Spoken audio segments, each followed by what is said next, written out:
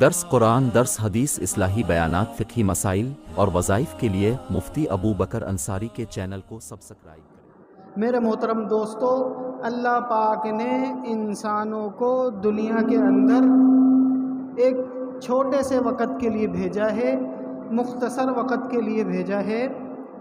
وہ مختصر وقت کتنا ہے؟ ہو سکتا ہے 50 سال کی زندگی ہو سکتا ہے 60 سال کی زندگی ہو سکتا ہے 70 سال کی ہو سکتا ہے 80 سال کی ہو، 90 سال کی ہو، یا پھر 100 سال کی ہو۔ آج سے 100 سال پہلے 1925 اس دنیا میں تھا۔ 1925 کے اندر جو انسان اس دنیا میں رہتے تھے، آج وہ کہاں ہیں؟ 1925 میں رہنے والے انسان آج اس دنیا میں نہیں ہیں۔ اگر ہم فرض کر لیں شاید کوئی ہو، شاید کوئی ہو جو 1925 میں تھا، اگر وہ شخص جو 1925 میں اگر 20 سال کا تھا تو آج وہ ہوگا 120 سال کا۔ اگر 1925 میں ایک شخص 10 سال کا تھا تو آج وہ ہوگا 110 سال کا۔ اول تو 100 میں سے 99% لوگ اس دنیا میں نہیں ہوں گے۔ 1% لوگ اگرچہ ہوں گے، وہ اس طریقے سے نہیں ہوں گے جو آج سے 100 سال پہلے تھے۔ مثال کے طور پر 100 سال پہلے ایک شخص جوان 20 سال کا تھا۔ 20 سال کی عمر میں اس کی آنکھیں زبردست کام کرتی تھیں۔ 20 سال کی عمر میں اس کا دل و دماغ زبردست کام کرتا تھا، اس کا پورا جسم زبردست کام کرتا تھا۔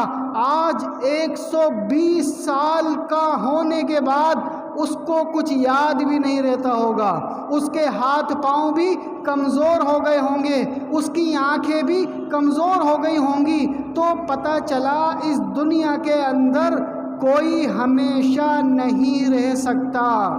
اگر بالفرض انسان کو اس کی زندگی میں دنیا کے اندر اس کی خواہشات کے مطابق ساری چیزیں مل بھی جائیں، اس کے باوجود بھی وہ خوش نہیں رہ سکتا، کیونکہ خوشی کہتے ہیں اس کو جس کے بعد پریشانی نہ ہو۔ خوشی کس کو کہتے ہیں؟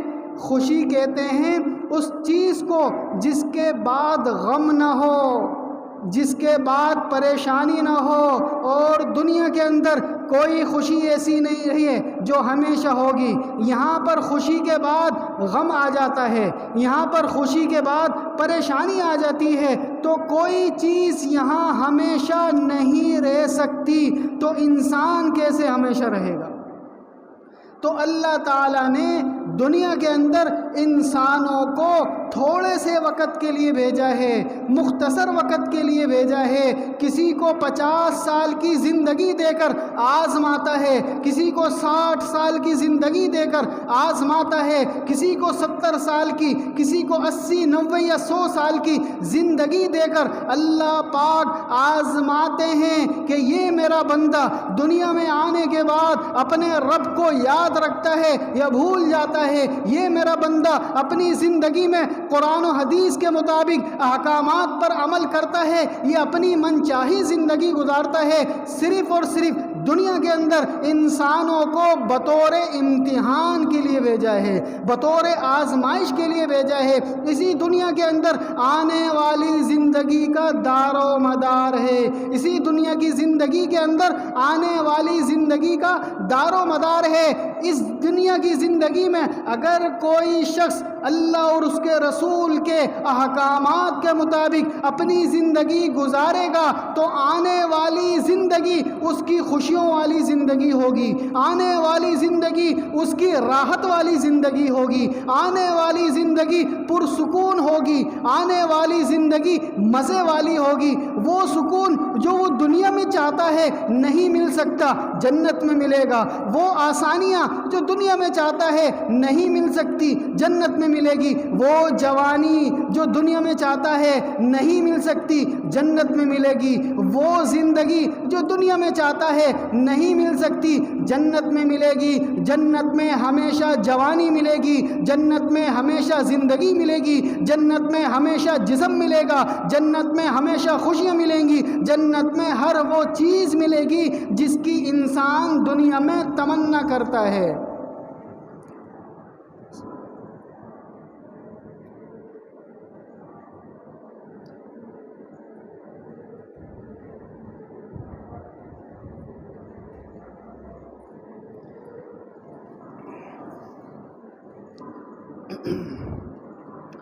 تو اللہ پاک نے انسانوں کو دنیا کے اندر مختصر وقت کے لیے بھیجا۔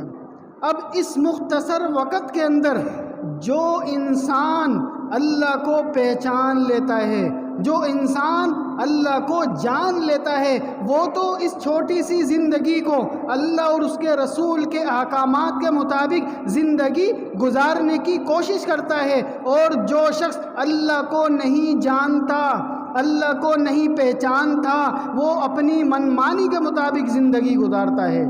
تو اس دنیا کے اندر اللہ تعالیٰ نے 4 طرح کے علوم دیے ہیں، 4 علوم ہیں اس دنیا کے اندر۔ اس دنیا میں 4 علم ایسے ہیں جو کہ ہر کسی کو پتہ ہیں۔ سب سے پہلا علم جس کو کہتے ہیں فطری علم۔ کیا کہتے ہیں؟ فطری علم۔ فطرت نے وہ علم دیا ہے، اس میں کسی کو کوئی اختیار نہیں ہے، لیکن یہ فطری علم اللہ تعالیٰ نے انسانوں کو بھی دیا ہے، جانوروں کو بھی دیا ہے۔ وہ فطری علم کیا ہے؟ وہ فطری علم یہ ہے کہ جب کوئی انسان پیدا ہوتا ہے، وہ انسان اپنی غذا خود لیتا ہے۔ اللہ پاک نے قدرتی طور پر بچے کو یہ سکھایا ہوتا ہے کہ اس طریقے سے دودھ پینا ہے، اس طریقے سے تو نے رونا ہے، اس طریقے سے پیٹ بھرنا ہے۔ قدرتی طور پر بچے کو کوئی نہیں سکھاتا۔ وہ 1 دن کا بچہ، وہ 1 گھنٹے کا بچہ، وہ 1 سال کا بچہ، وہ 4 مہینے کا بچہ، اس کو کوئی نہیں سکھاتا کہ تو نے اپنا پیٹ کیسے بھرنا ہے۔ قدرتی طور پر اللہ اس کو سکھاتے ہیں، فطری طور پر اللہ اس کو سکھاتے ہیں، اس کا پیٹ بھرتا ہے۔ تو چاہے وہ انسان کا بچہ ہو، چاہے وہ حیوان کا بچہ ہو، چاہے وہ کسی جانور کا بچہ ہو، قدرتی طور پر اللہ پاک نے اس کی ماں کے سسٹم میں، ماں کے اندر اس کی غذا کا انتظام کیا ہوتا ہے۔ تو اس علم کو کیا کہتے ہیں؟ فطری علم۔ اسی طرح دوسرا علم ہوتا ہے جس کو بولتے ہیں حواس خمسہ کا علم۔ حواس خمسہ کیا ہے؟ 5 چیزوں کو حواس خمسہ کہتے ہیں۔ مثال کے طور پر ہم اردو میں کہتے ہیں کہ اس کے ہوش و حواس کام نہیں کر رہے، اس کے ہوش و حواس کام نہیں کر رہے۔ ہوش و حواس سے کیا مراد ہے؟ 5 چیزیں مراد ہیں۔ ان 5 چیزوں میں سب سے پہلے آتا ہے آنکھ۔ یہ جو آنکھ ہے، آنکھ کے ذریعے بھی انسان علم حاصل کرتا ہے۔ مثال کے طور پر آپ آنکھ سے کوئی چیز دیکھتے ہیں، آپ کو پتہ چل جاتا ہے میں نے یہ چیز دیکھی، یہ دیوار ہے، یہ لڑکا ہے، یہ لڑکی ہے، یہ آسمان ہے، یہ ستارے ہیں، یہ سیارے ہیں، یہ سورج ہے، یہ لائٹ ہے، یہ فین ہے، یہ زمین ہے، یہ پودا ہے، یہ درخت ہے، یہ فلاں ہے، یہ فلاں ہے۔ کیسے پتہ چلا؟ آنکھ سے دیکھ کر پتہ چلا، آنکھ سے دیکھ کر پتہ چلا۔ تو حواس خمسہ میں پہلی چیز ہے آنکھ۔ آنکھ کے ذریعے بھی انسان علم حاصل کرتا ہے۔ دوسری چیز ہے زبان۔ یہ زبان کے ذریعے سے بھی علم حاصل ہوتا ہے۔ کیسے؟ آپ زبان پر کوئی چیز رکھتے ہیں، پتہ چل جاتا ہے یہ چیز میٹھی ہے یا نمکین ہے یا کڑوی ہے، تو پتہ چلا زبان پہ رکھنے سے بھی علم حاصل ہوتا ہے۔ تبھی تو پتہ چلتا ہے کہ یہ نمکین ہے، یہ کڑوی ہے، یہ میٹھی ہے۔ اسی طرح تیسری بات اس کے اندر وہ ہے کان۔ کانوں کے ذریعے سے بھی علم حاصل ہوتا ہے۔ آپ تک میری آواز جا رہی ہے، کانوں سے سن رہے ہیں، تو آپ کو ایک علم حاصل ہو رہا ہے، آپ کو معلومات مل رہی ہے، تو کانوں سے بھی علم حاصل ہوتا ہے۔ اسی طرح چوتھی چیز وہ ہے ناک۔ انسان سونگھ کر بھی علم حاصل کرتا ہے۔ بدبو ہے، خوشبو ہے، اچھی چیز ہے، بری چیز ہے بدبو کس سے سونگھتا ہے انسان؟ ناک سے سونگھتا ہے. اسی طرح خوشبو عطر کس سے سونگھتا ہے؟ ناک سے سونگھتا ہے. تو حواس خمسہ میں 5 چیزیں ہیں اور 5ویں چیز کیا ہے؟ یہ ہے ہاتھ، چھونا. کسی چیز کو آپ چھوئیں، آپ کو چھونے سے پتہ چل جائے گا یہ چیز نرم ہے، یہ چیز گرم ہے، یہ چیز اچھی ہے، یہ چیز کانٹے دار ہے، یہ درخت ہے، یہ پھول ہے. آپ کو چھونے سے اندازہ ہو جاتا ہے. اس کو کہتے ہیں حواس خمسہ کا علم. حواس خمسہ، اس میں بھی انسانوں کو بھی اللہ نے یہ علم دیا ہے، جانوروں کو بھی دیا ہے. جانور بھی کبھی پانی کے علاوہ پیٹرول نہیں پیتا. جانور بھی کبھی پانی بظاہر بہتا ہے، پیٹرول بہتا ہے، ڈیزل بہتا ہے، یہ ساری چیزیں بہنے والی ہیں، بظاہر پانی ہیں، لیکن جانور کبھی پیٹرول نہیں پیے گا، کبھی کوئی پانی کے علاوہ کوئی بھی چیز نہیں پیتا. اس کو بھی پتہ ہے یہ نقصان دہ ہے، یہ فائدہ مند ہے. وہ بھی آنکھ کے ذریعے سے پہچان لیتا ہے، وہ بھی سونگھ کر پہچان لیتا ہے، وہ بھی چھو کر پہچان لیتا ہے، وہ بھی سن کر پہچان لیتا ہے. تو پتہ چلا اللہ تعالیٰ نے انسانوں کے ساتھ ساتھ حواس خمسہ کا علم جانوروں کو بھی دیا ہے. اب اسی طرح تیسرا علم جس کو بولتے ہیں عقلی علم. کیا کہتے ہیں؟ عقلی علم. اس کے اندر سے جانور نکل گئے. یہ علم اللہ پاک نے صرف اور صرف کس کو دیا ہے؟ انسانوں کو دیا ہے. یہ انسانوں کو اللہ تعالیٰ نے عقل دی ہے، شعور دیا ہے، جانوروں کو نہیں دیا. جانوروں کو صرف 2 علم دیے ہیں، ایک ہے فطری علم، ایک ہے حواس خمسہ کا علم، اور تیسرا علم جس کو بولتے ہیں عقلی علم وہ انسانوں کو دیا ہے. یہ عقل ہی تو ہے کہ جس کے ذریعے سے انسان اس زمین کے اوپر اچھا خوبصورت فرش بنا دیتا ہے. یہ عقل ہی تو ہے جس کے ذریعے سے انسانوں نے ہوائی جہاز بنا دیے. یہ عقل ہی تو ہے جس کے ذریعے سے انسانوں نے بڑی بڑی بلڈنگیں بنا دی. یہ عقل ہی تو ہے جس کے ذریعے سے آج انسانوں نے بہت ساری چیزیں ایجاد کر دی. جانور نہیں کر سکتے، جنات نہیں کر سکتے. صرف اور صرف اللہ پاک نے عقل کا علم دنیا میں انسانوں کو دیا ہے. اس انسان نے اس عقل کے ذریعے سے دنیا میں بڑی ترقی کی. اور اسی کے بارے میں اللہ پاک نے قرآن میں فرمایا وَعَلَّمَ آدَمَ الْأَسْمَاءَ كُلَّهَا وَعَلَّمَ آدَمَ الْأَسْمَاءَ كُلَّهَا. ہم نے آدم کو ساری چیزوں کا علم دے دیا. ہم نے آدم یعنی انسانوں کو اللہ پاک نے ہر چیز کا علم دے دیا. وَعَلَّمَ آدَمَ الْأَسْمَاءَ كُلَّهَا. ہم نے انسانوں کو ہر طریقے سے عقل دے دی، ہر طریقے سے شعور دے دیا. اسی طرح چوتھا علم جو ہے سب سے قیمتی علم وہ ہے کیا؟ قرآن و حدیث کا علم. قرآن و حدیث کا علم جس کو کہتے ہیں روحانی علم. وہ انسانوں نے خود سے حاصل کرنا ہوتا ہے، اس میں کسی کا اختیار نہیں ہوتا. وہ اس میں خود سے کوشش کر کے حاصل کرنا ہوتا ہے. اس کو کہتے ہیں روحانی علم. قرآن و حدیث کا علم، اللہ کا علم، اللہ کی پہچان کا علم. اس سے آج 6 ارب کے قریب انسان ان کو پتہ ہی نہیں ہے کہ اللہ کون ہے، اللہ کا علم کیا ہے، قرآن کیا ہے. آج دنیا کے اندر 8 ارب انسان ہیں، ان میں سے صرف 2 ارب انسان مسلمان ہیں جو اللہ کو جانتے ہیں. 6 ارب انسان ایسے ہیں جو اللہ کو نہیں مانتے، اللہ کو نہیں جانتے. کیوں نہیں جانتے؟ ان کو چوتھے علم کا نہیں پتہ. یہ چوتھا علم جس کو کہتے ہیں قرآن کا علم، یہ وہ علم ہے جو کہ غیبی علم ہے. یہ وہ علم ہے جو بظاہر دکھتا نہیں ہے، جس کے فوائد بظاہر دنیا میں دکھتے نہیں ہیں. اسی چوتھے علم کو بتانے کے لیے اللہ پاک نے نبیوں کو بھیجا. اسی چوتھی بات کو سمجھانے کے لیے اللہ پاک نے دنیا کے اندر 1,24,000 کم و بیش نبیوں کو بھیجا کہ جاؤ انسانوں کے پاس جاؤ، یہ اللہ کو بھول گئے ہیں، یہ انسان اللہ کو بھول گئے ہیں، یہ بھول گئے اللہ نے ان کو بھیجا ہے، یہ بھول گئے اللہ کی طرف دوبارہ لوٹ کر جانا ہے، ان کو بتاؤ تمہیں فطری علم اللہ نے دیا ہے، تمہیں حواس خمسہ کا علم اللہ نے دیا ہے، تمہیں عقل کا علم اللہ نے دیا ہے، یہ چوتھا علم روح کا علم، یہ چوتھا علم حقیقی علم، اس کو حاصل کرو، اس کو سمجھو، یہ ہے اصل علم۔ دنیا میں آنے کا مقصد یہی ہے کہ ہم اللہ کو پہچان لیں، دنیا میں آنے کا مقصد یہی ہے کہ ہم اللہ کو پہچان کر اللہ کی عبادت کرتے ہوئے دنیا سے چلے جائیں۔ اسی لیے اللہ پاک نے ارشاد فرمایا وَمَا خَلَقْتُ الْجِنَّ وَالْإِنسَ إِلَّا لِيَعْبُدُونَ، وَمَا خَلَقْتُ الْجِنَّ وَالْإِنسَ إِلَّا لِيَعْبُدُونَ، ہم نے انسانوں کو دنیا کے اندر اپنی عبادت کے لیے بھیجا ہے، اپنی عبادت کے لیے بھیجا ہے۔ اب انسان عقل رکھتا ہے، شعور رکھتا ہے، آج دنیا کے 6 ارب انسان اس عقل سے سوچتے ہیں، وہ عقل کہتی ہے، عقل تو اتنی محتاج ہے، اتنی کمزور ہے، عقل اس دیوار کے پیچھے کیا چیز ہے اس کو نہیں بتا سکتی۔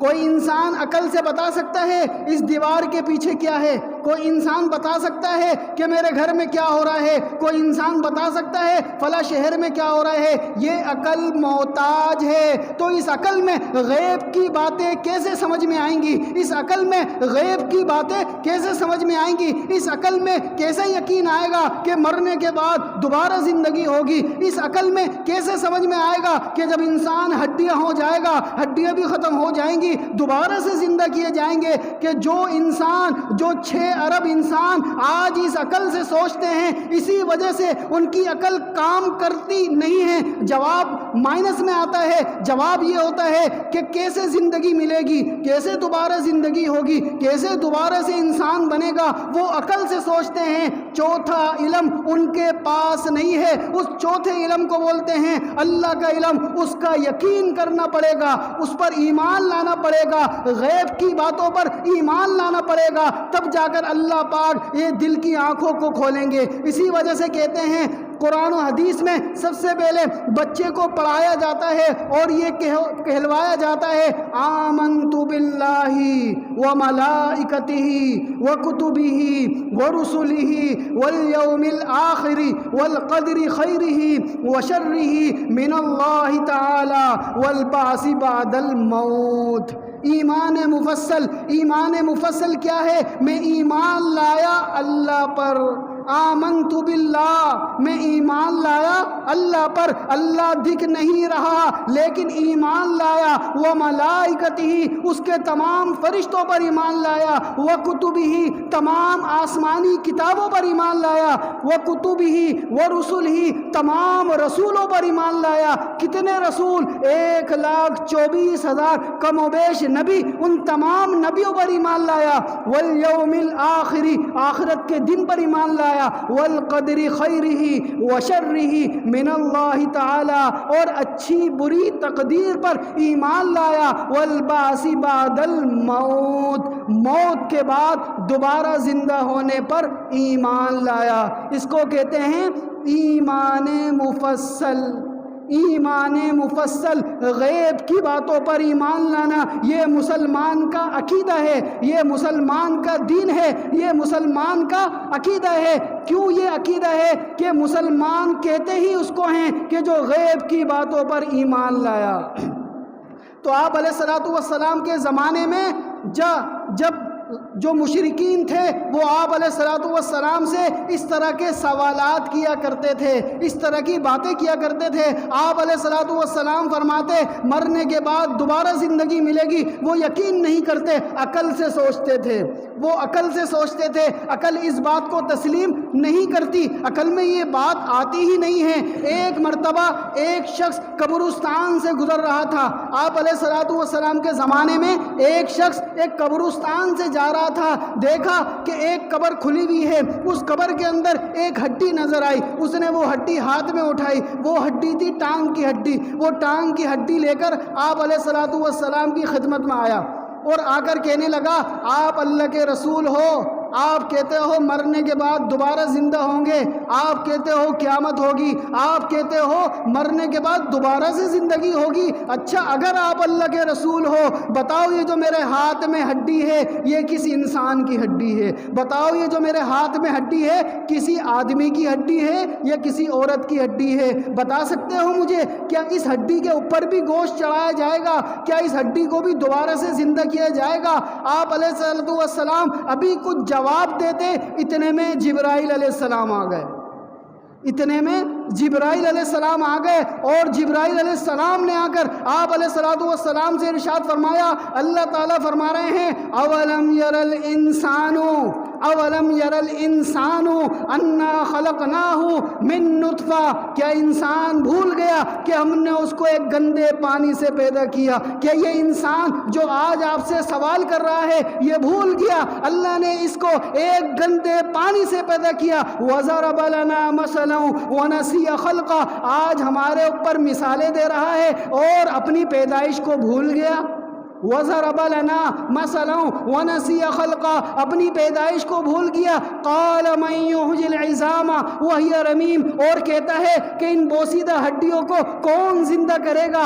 آپ سے پوچھتا ہے ان بوسیدہ ہڈیوں کو کون زندہ کرے گا؟ اے میرے محبوب قُلْ يُحْيِيهَا الَّذِي أَنشَأَهَا أَوَّلَ مَرَّةٍ، قُلْ يُحْيِيهَا الَّذِي أَنشَأَهَا أَوَّلَ مَرَّةٍ وَهُوَ بِكُلِّ خَلْقٍ عَلِيمٌ، اس کو وہ اللہ زندہ کرے گا جس نے ان کو پہلی بار زندہ کیا تھا، اس کو وہ اللہ زندہ کرے گا جس نے اس کو پہلی بار زندہ کیا تھا، اور وہ ہر طریقے سے زندہ کرنا جانتا ہے۔ اے میرے محبوب اس کو بتا دو، اس کو سمجھا دو کہ تم اس بات سے بعید نہیں ہے، تم دنیا کے اندر کوئی چیز بناتے ہو اس کا سیمپل تمہارے سامنے آ جاتا ہے، تم خود دنیا کے اندر ایک چیز بنانے کے بعد دوبارہ آسانی سے بنا لیتے ہو کیونکہ تمہارے پاس سیمپل موجود ہوتا ہے، تمہارے پاس ڈائی موجود ہوتی ہے، تم دوبارہ سے بنا لیتے ہو۔ تو یہ اللہ جس نے انسانوں کو بنایا، وہ اللہ جس نے انسان کی ڈائی بنائی،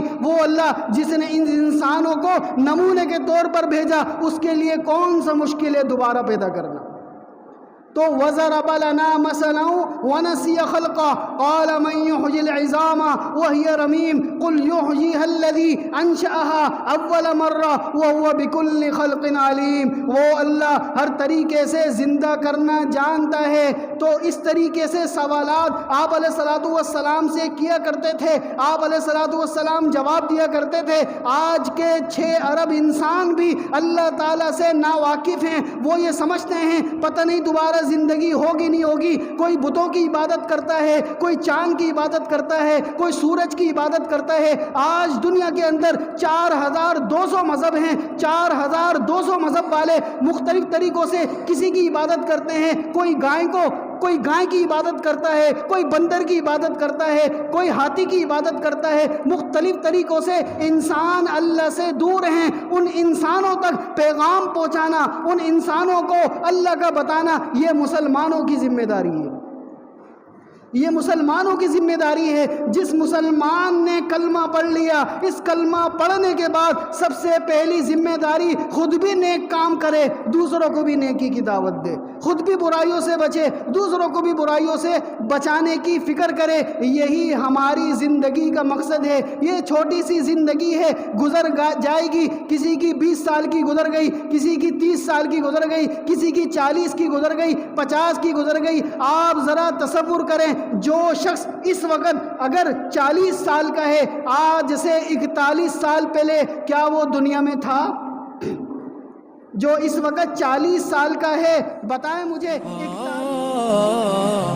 درس قرآن، درس حدیث، اصلاحی بیانات، فقہی مسائل اور وظائف کے لیے مفتی ابو بکر انصاری کے چینل کو سبسکرائب کریں۔